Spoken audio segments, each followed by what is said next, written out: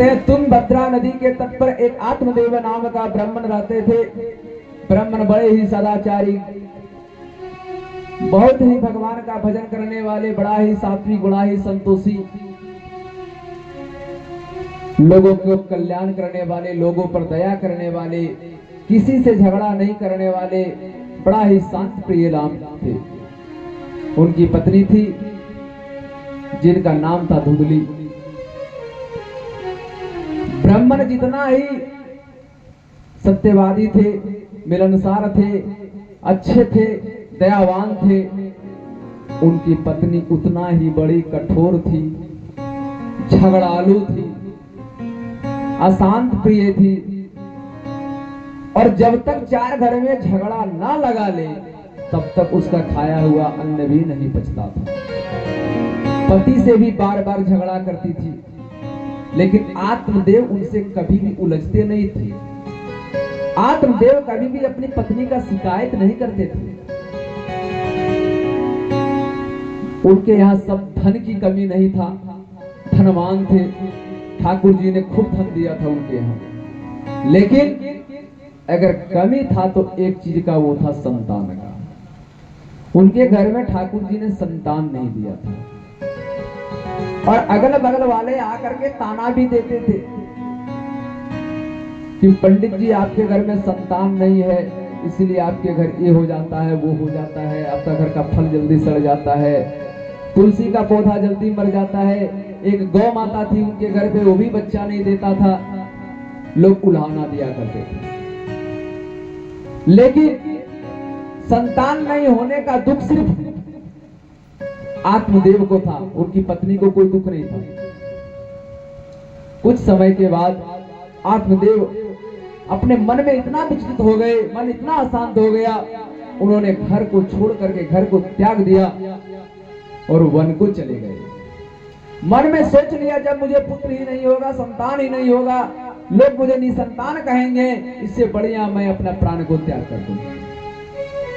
मन में ऐसा विचार करके वन को चले गए और वहां जाकर के फांसी का फंदा भी लगा लिया। तब तक भगवान एक साधु का रूप धारण करके आत्मदेव के पास चले जाते हैं और बड़ा ही प्रेम से कहते हैं कि हे विप्रदेव, आप ज्ञानवान हैं, भक्तिमान हैं, सत्यवान हैं, फिर भी आप इतना बड़ा काम करने जा रहे हैं, आप आत्महत्या करने जा रहे हैं, आप कायर हैं। आत्मदेव ने कहा, हे साधु बाबा क्या कहें, लोगों की ताना को सुन सुनकर मैं बड़ा विचलित हो चुका हूं, मेरा ज्ञान सब पथभ्रष्ट हो चुका है, इसीलिए मैं अपना शरीर को त्याग कर देना चाहता हूं। साधु ने समझाया, साधु रूपी भगवान ने समझाया, हे विप्रदेव, अगर आपका संतान नहीं है, आप निसंतान है, आप भगवान का भजन करें। अरे भगवान की कितनी बड़ी कृपा है कि आपको ये माया जाल से छुटकारा मिल गया। भगवान का भजन करें, भगवान का भक्ति करें, भगवान का नाम का जाप करें, आपका कल्याण होगा, आपको मोक्ष मिलेगा। पर कहा गया है कि उनको ये सब बात समझ में नहीं आया। आत्मदेव ने साधु का पैर पकड़ लिए और कहा, साधु बाबा, हम जानते हैं कि इस वन में कोई और नहीं आ सकता, आप साक्षात भगवान है, नर नारायण है, और हम आपसे अब दो ही बात बोलेंगे, या तो मेरा प्राण ले लीजिए या तो मुझे संतान दे दीजिए। दो काम में एक ही काम कीजिए। अब भगवान फंस गए वहां पर। भगवान ने देखा कि इसके तकदीर में, इसके किस्मत में, इसके भाग्य में ये जन्म छोड़ो, 8 जन्म तक पुत्र नहीं है। लेकिन अब भगवान करे तो करे क्या। भगवान ने कहा, हे विप्रदेव, आप नहीं मानोगे तो ये लो फल। झोली से फल निकाला, दे दिया, कहा इस फल को ले जाकर के अपनी पत्नी को खिला देना, वो गर्भवती हो जाएगी, हरि हरि, और उससे एक पुत्र की प्राप्ति हो जाएगी। अब आत्मदेव उस फल को ले जाकर के अपनी पत्नी धुंधली को दे दिए और कहा कि हे प्रिय, एक साधु बाबा ने मुझे यह फल दिया है, तुम इस फल को खा जाना, तुम्हें संतान की प्राप्ति हो जाएगी। धुंधली ने कहा रख दो, जब समय होगा तब खा लूंगी। और इस प्रकार से कह करके धुंधली बाहर चली गई। आत्मदेव को कहीं पूजा कराने जाना था, कहीं कथा कहने जाना था, आत्मदेव भी कथा कहने चल गए। अब धुंधली जब घर आई, फल को उठाती है और मन ही मन सोचती है कि अगर मैं इस फल को खा जाऊं और अगर सच में मैं गर्भवती हो गई तो तब तो बहुत बड़ा दिक्कत हो जाएगा। मैं चल बुल नहीं सकूंगी, मैं ज्यादा भोजन नहीं कर पाऊंगी, मैं 4 घर में जाके झगड़ा नहीं लगा पाऊंगी, मैं किसी से ऊंची आवाज में बात नहीं कर पाऊंगी। और अगर संजोग से गांव में कभी आग लग जाए या चोर आ जाए तो सारे गांव वाले भाग जाएंगे, मैं गर्भवती रहूंगी, मैं भाग नहीं पाऊंगी, दौड़ नहीं पाऊंगी, मैं मारी जाऊंगी। मन में ऐसा विचार करके फल को जहां से उठाई थी वहीं पर फल को रख देती है और बड़ा चिंतित हो जाती है। फिर मन में सोचती है अगर आत्मदेव जी पूछेंगे कि फल को खाई तो जवाब क्या दूंगी। मन में बड़ा दुविधा। उसी समय धुंधली की बहन उसके घर आती है। अपनी बहन को उदास और चिंतित देख करके कहती है कि बहन क्या बात है, तुम बड़ी उदास हो। धुंधली ने कहा कि बहन क्या बताऊं, आज पंडित जी ने एक फल लाया है, अगर मैं उस फल को खाती हूं तो मैं गर्भवती हो जाऊंगी। और बहन तुम तो जानती ही हो कि प्रसव पीड़ा कितना बड़ा दुखदाई होता है, बड़ा दुख होता है और मैं उसे झेल नहीं पाऊंगी, इसीलिए मैं ये फल को नहीं खाऊंगी। बहन ने कहा अरे बहन मैं तेरी हूं और एक बहन जो दूसरे बहन का काम ना आए तो बहन किस काम का। तुम चिंता मत करो बहन, मैं अभी गर्भवती हूं और मेरा पहले से भी 4 संतान है। एक काम करो, मैं तुम्हें अपना संतान दे दूंगी, इसके बदले में तुम मुझे धन दे देना। तुम्हारे पास धन का कमी नहीं है और मेरे पास संतान की कमी नहीं है, इसीलिए हम लोग दोनों अदला बदली कर लेंगे। बहन की बात को दिमाग में बैठा ली, बोली बहन आज से तुम मेरे घर पे रहो, जब तक तुम्हें संतान ना हो तब तक तुम मेरे घर पे रहो और इसके बदले में मैं बैलगाड़ी में भर के तुम्हारे यहाँ धन भिजवा देती हूँ। धुंधली ने बहुत सारा धन अपना बहन के यहाँ भिजवा दिया। आत्मदेव जी जब आए, अपनी पत्नी से पूछा कि देवी तुमने फल को खाया।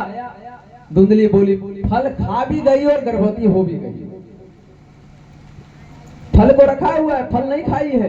कहती कि फल भी खा गई, गर्भवती भी हो गई और अपने को देखने के लिए, मेरा देख रेख करने के लिए अपनी बहन को बुला लिया। ये भी यही रही। आत्मदेव बेचारे सीधे साधे घर से बाहर निकल गए। मन में बड़ा प्रसन्नता हुई कि हमारे घर भी संतान आएंगे, हमारे घर भी किलकारियां खेलेगी, हमारा घर भी अच्छा लगेगा। अब एक दिन दोनों बहन बैठी थी तो छोटी बहन कहती है कि हे बहन, इस फल में सचमुच जादू है या नहीं है, इसका भी परीक्षा कर लेना चाहिए। बोला हाँ। बोले एक काम करो, तुम्हारे घर में जो गाय है वो बच्चा नहीं देती है, अगर इस फल में सच में कोई ताकत होगा तो गाय भी बच्चा देगा। एक काम करो, इस फल को गाय को खिला दो। अब उस फल को ले जाकर के गाय को खिला दिया गया। समय व्यतीत हुआ। धुंधली के बहन को एक पुत्र की प्राप्ति हुआ और गौ माता को भी एक पुत्र की प्राप्ति हुआ। पूरा शरीर जो है सो मनुष्य का और उनका कान था गौ के समान।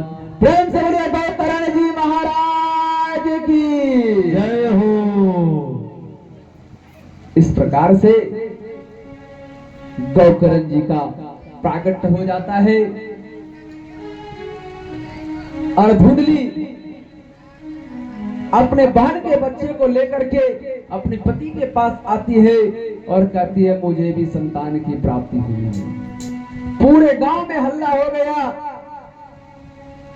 कि आत्मदेव के यहाँ 2-2 संतान का जन्म हुआ। लोग देखने के लिए हुजूम भीड़ जम पड़े और इस प्रकार से उनके घर में मेला जैसा लग गया और आत्मदेव जी सबको बधाइयां दे रहे हैं, सभी के बीच में दान दे रहे हैं, ब्राह्मणों को दान दे रहे हैं, सेवक सेविकाओं को दान दे रहे हैं, ग्रामवासियों को दान दे रहे हैं और आत्मदेव जी उत्सव मना रहे हैं। प्रेम से बोलिए आनंद कंद भगवान की जय हो, श्री भागवत भगवान की जय हो, गौकरण जी महाराज की जय हो। और इस प्रकार से जब नामांकन का दिन आया, क्योंकि बच्चा जब जन्म लेता है तो उसका नाम रखा जाता है, तो नामांकन के लिए पंडित जी को बुलाया गया। पंडित जी आए, बैठ गए नामांकन करने के लिए। तो सबसे पहले नामांकन जो हुआ वो गाय का पुत्र का हुआ कि इसका कान जो है गौ के समान है, इसका नाम गौकरण रख दिया जाएगा। धुंधली ने कहा देखो पंडित जी, ये मेरा बेटा है, इसलिए इसका नाम मैं रखूंगी। पंडित जी ने कहा जो इच्छा है।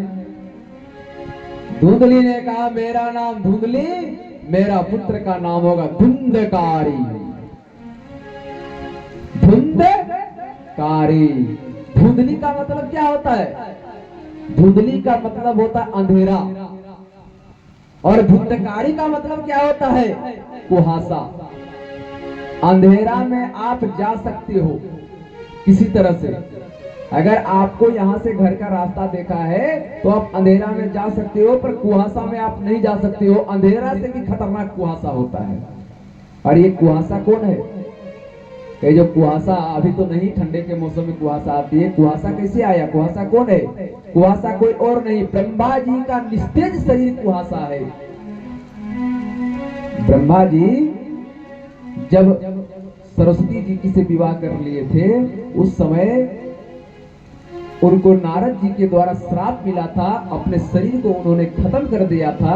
और वही जो शरीर, ब्रह्मा जी का शरीर जो नास्तिक हुआ था, खत्म हुआ था, उसी शरीर से कुहासा बना। इसीलिए अंधेरा का बेटा कुहासा। नाम ही ऐसा था तो काम कैसा रहेगा?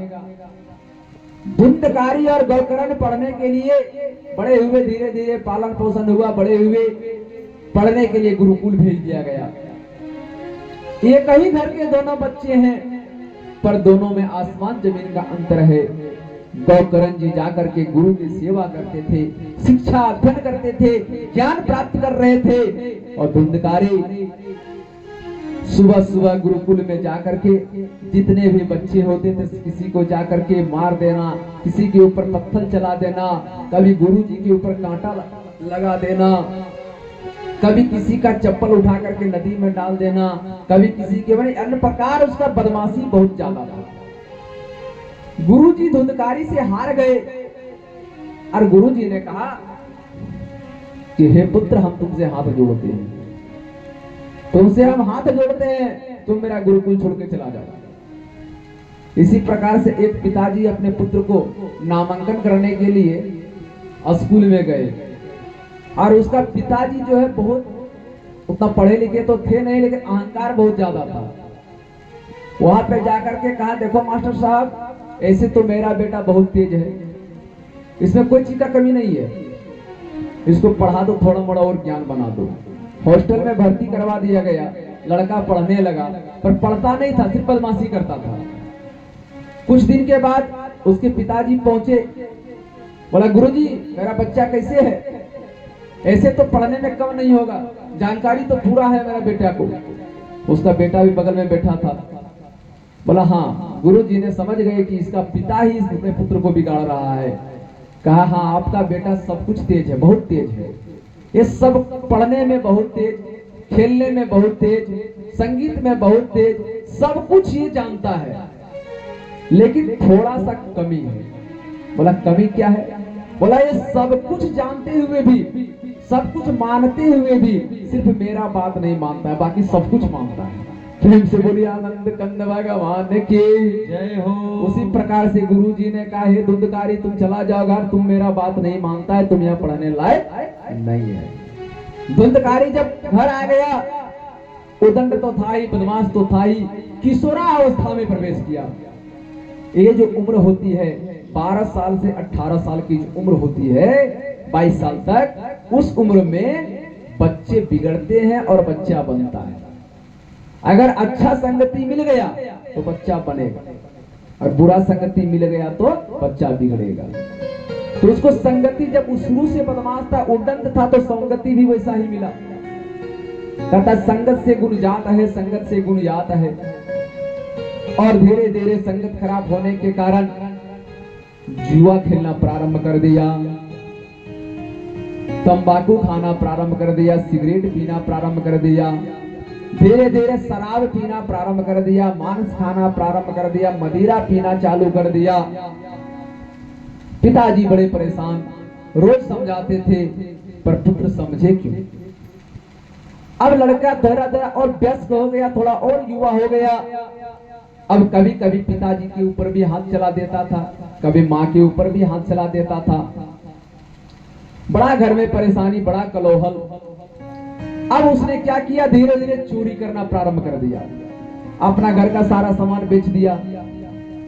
और जब घर के सामान बिक गया, उसके बाद धन की कमी होने लगी, तब जाकर के बगल वाले घर से भी सामान उठा करके बेचने लगा। इस प्रकार से एक दिन आत्मदेव जी परेशान हो गए, मन में सोचने लगे। उसी साधु की बात याद आ गई कि काश मेरा पुत्र अगर नहीं होता तो अच्छा होता, आज पुत्र है तो हम बर्बाद हो गए। और अपना घर को छोड़ करके आत्मदेव जंगल की ओर चल दिए। एक दिन उसने मौका पा करके अपनी मां को मार करके कुआं में डाल दिया, और जो भी बचा कुचा धन संपत्ति था सबको खत्म कर दिया। अब उसने एक नहीं 5 विवाह कर लिया, 5 पत्नी को ले आया। रोज चोरी करे, रोज डकैती करे, रोज धन लाए, रोज पत्नियों को खिलाए पिलाए। पूरा जिंदगी बर्बाद हो गया, पूरा घर नरक बन गया।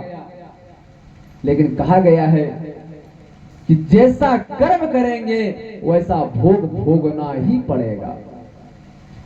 धुंधकारी के अपने कर्मों का भाग और कर्म का प्रभाव उसे भोगना था। समय आ गया था धुंधकारी का। जिन पत्नी के लिए उसने जाकर के दर दर की ठोकर खाई, चोरी किया, चकारी किया, आज वही सब पत्नी लोग मिल करके रात्रि के समय में धुंधकारी को मार करके खत्म कर दिए। और खत्म ही नहीं किए, उसके मुख में जलता हुआ कोयला डाल दिया, उसकी अकाल मृत्यु हो गई। कहता अकाल मृत्यु ओ मरे जो कर्म करे चंडाल का, काल उसका क्या करे जो भक्त हो महाकाल का। अकाल मृत्यु वही मरता है जो कर्म करता है चंडाल का। आज धुंधकारी ने वही कर्म किया, इसीलिए आज उसकी अकाल मृत्यु हो गई। और जब अकाल मृत्यु हो गया तो कहां जाएगा?